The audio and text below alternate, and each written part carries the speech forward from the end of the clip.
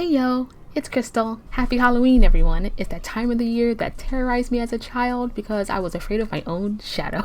And no, I'm not exaggerating. I was literally afraid of everything. You know, like my mom collecting clowns and having all of them all over the house and refusing to go to the bathroom because I had to pass one to get to it. But over the years, it's become one of my favorites. I really enjoy creepy things. I go ghost hunting, enjoy horror games, creepypastas, and mysteries all tied up in a nice little bow. And speaking of being afraid of things as a child and liking spooky things as an adult, I thought I'd go over some scary instances, urban legends, creepypastas, and other things that creep me out or I just found intriguing.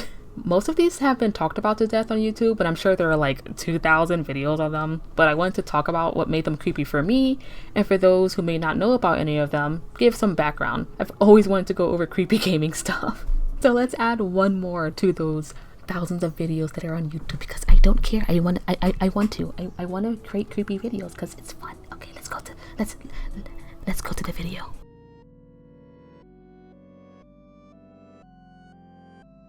I'm going to be honest, sonic.exe is creepy, but the least in my opinion. The reason is because it's so over the top, it's clearly fake. I love creepiness that has a bit of truth to it, or it sounds like it can, have some kind of truth to it. It doesn't necessarily have to be true, but it has to at least be believable. I'm sure everyone and their mother has heard of sonic.exe. If not, I'm so happy for you. Just kidding. Sonic.exe is a creepypasta about a killer version of Sonic who kills his friends and makes his way into the real world, taking you out as well. It's just Sonic with black irises and red pupils with blood pouring out of his sockets. Back when this creepypasta came out, the internet wasn't as vast as it is now, so you kind of found out by just seeing this image that was floating around Google. There was also this fan game developed in 2012 by, I think it's Mystic Crimson, based on the story. Lots of YouTubers played it, which helped grow its popularity. If you want to hear the story in full and see the full gameplay, you can check out this video I did from a live stream some time ago. The original gameplay didn't have the dialogue voiced, and the ending picture is different, but other than that, it remains the same. Honestly, the original felt scarier. The voice acting made it kind of goofy to me. Other than that, sonic.exe is creepy, but a little too over the top to be something truly scary.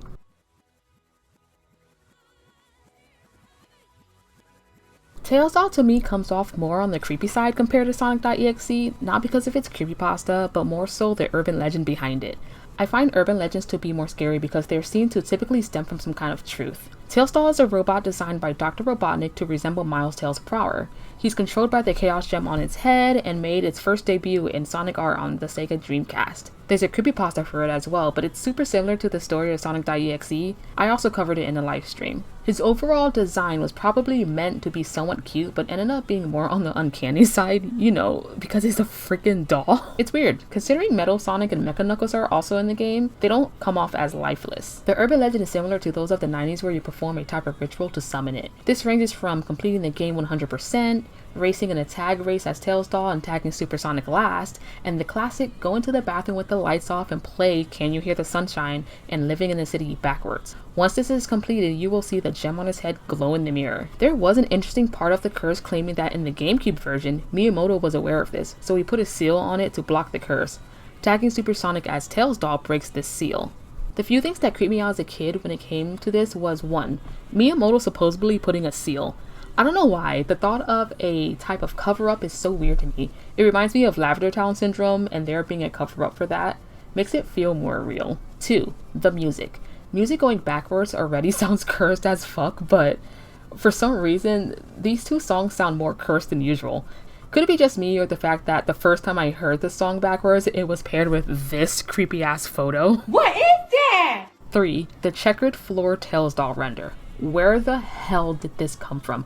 I thought it was originally shown in the art you got when you finished the game as him, but I guess this was some type of Mandela effect because that doesn't happen apparently. I tried researching it but can't find a definitive answer. What makes this scary is that people would say when the curse was unlocked, this image was the one people would see pop up on the screen.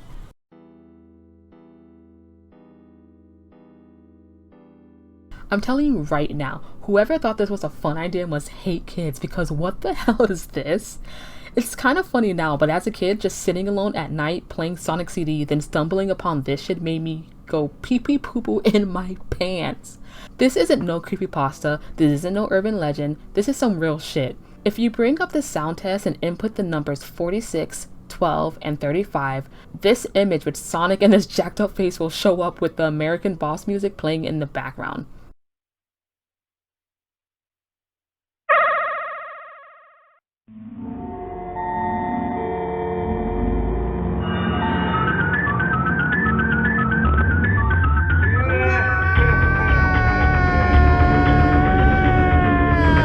The text reads, "Fun is infinite with Sega Enterprises." That sounds so lovely. Down here it reads as Majin, which translates to devil?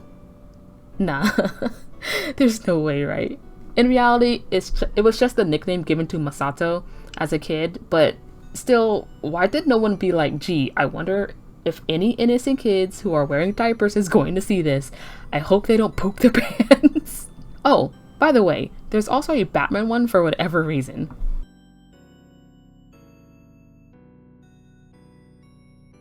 Hey, speaking of Sonic CD, did you know if you wait 3 minutes without doing anything in the game, Sonic will unalive himself? And in the American version, it plays this music.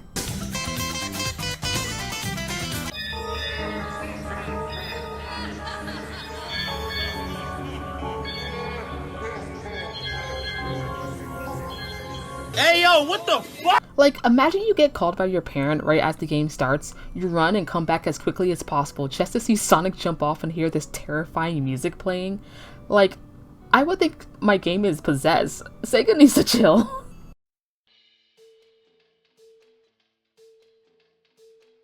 Sonic Adventure is one of my favorite Sonic games. It's always been so fun with how open it was compared to the previous games. I love the environment. They felt so nostalgic to me. The stages were fun, and the game overall for the most part had a type of whimsical feel. At least to me. The opening felt so hostile compared to the gameplay, except for the final fight of course. I started out as Sonic naturally and played through the stages no problem. They were very fast paced or relaxing, but nothing out of the ordinary for Sonic. Then it came to Sonic's 7th stage, Red Mountain. For Sonic there are 2 parts to this stage. The first part you're going through the mountains, but when it gets to the second part, going through the volcano, that's where the creepy part comes in. First of all, the song is a banger. Just like, listen to this.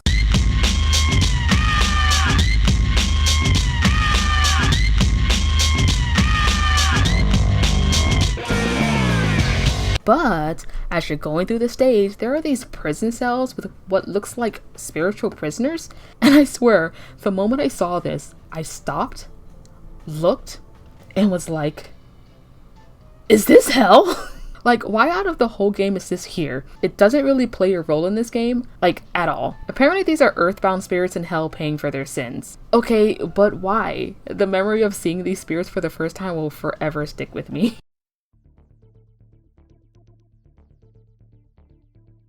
I know Sonic X gets a lot of flack, but I still love this show.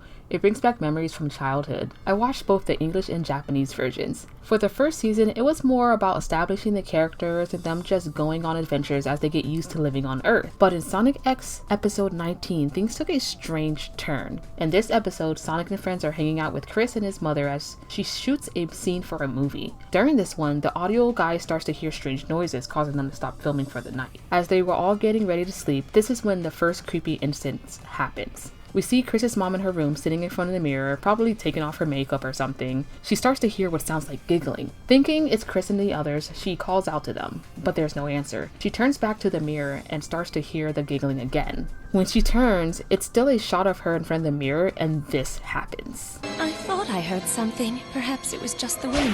As a kid, this gave me a light jump scare because it kind of came out of nowhere. Like, mind you, we haven't seen any of these ghosts in this episode yet, so it caught me off guard. After that, Chris's mom goes missing and the others get kidnapped by the ghosts except Amy and Chris. When they finally find the others, King Boom Boo pretends to be Sonic, telling Amy to flip the talisman over, which allows for King Boom Boo to escape, showing Amy that it was him who tricked her. Amy gets mad and tries to attack but gets snatched up. A ghost flies into Amy, knocking her unconscious. When Chris goes to check on her, this also happens.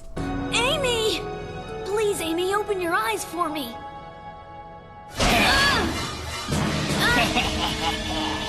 Stop interfering with my plans or you'll never leave this castle! Another jump scare for my small heart and my innocent Sonic show.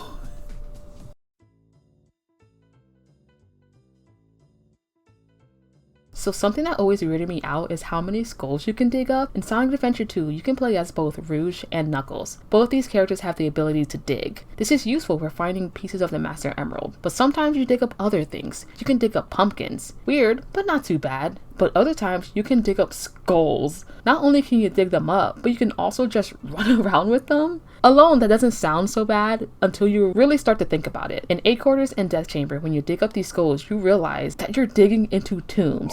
So you're already robbing the head of someone who was buried. But at least the skulls belong there, right? Okay, but why are they in the Chow Garden? Who's being buried in the Chow Garden? Also, while we're at it, what is this cage? And why are there skulls on essentially pikes? Sega, explain!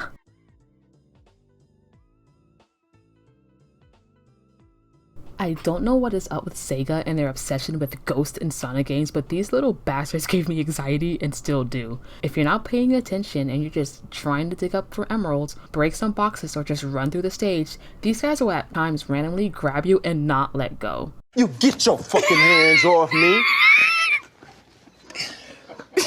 Sometimes they'll chase you with their arms wide open like they're coming for a hug, but like, no, I don't give consent. Get your hands off of me. And they have the nerve sometimes to act like they have this innocent little face.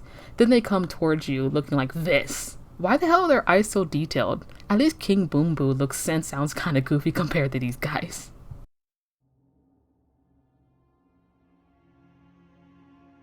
In the last story of Sonic Adventure 2, we get a glimpse into what Dr. Gerald Robotnik went through and what his plan was for humanity after what Gun did to Maria. The recording of him reading what he wrote in his diary was eerie enough. He sounds deranged, but also hurt, ready to promise revenge. But it's when you really look at what's happening is where this takes a creepy turn. Mind you, this is a Sonic game aimed towards children. This could be said otherwise since Japan is more for teens, but I digress. When you look at Gerald, you realize he's chained to a chair being recorded. It's like he's saying his final words, and that's because he is. But what makes this even darker is it's confirmed that Gerald was taken out via firing squad. If you don't know what that is, it's when a bunch of people line up with guns and, well, you know. They don't show it, but imply it. I suggest watching episode 1 of Sonic X Shadow Generations Dark Beginnings where they confirm it more and pretty much show it. There's not much to say about how dark this is for a Sonic game. For any game. It's just an awful way to go.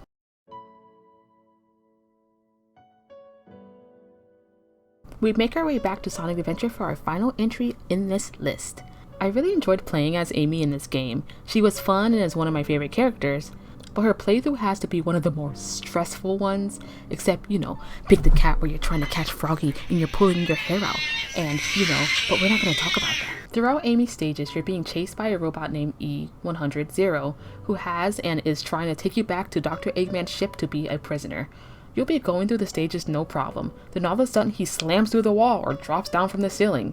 Amy isn't that fast, so you have to try your best to dodge or even fight him off. The robotic noises don't help adding to the anxiety. The anxiety and creepiness goes up a notch when you're in Twinkle Park. For some reason, the music is so unsettling. Here, take a listen.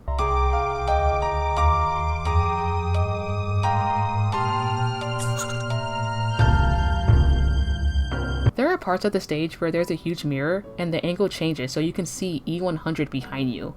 There's even a part in the song where you hear a giggle and it just gives me a sense of dread. Like, you're not gonna get out of this. I don't know, but this sticks in my memories and still freaks me out to this very day. Well, that's it. My top 10 scary moments in the Sonic the Hedgehog series.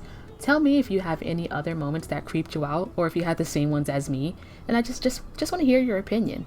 I hope you all have a wonderful Halloween, getting candy or just doing spooky stuff. Do some ghost hunting maybe.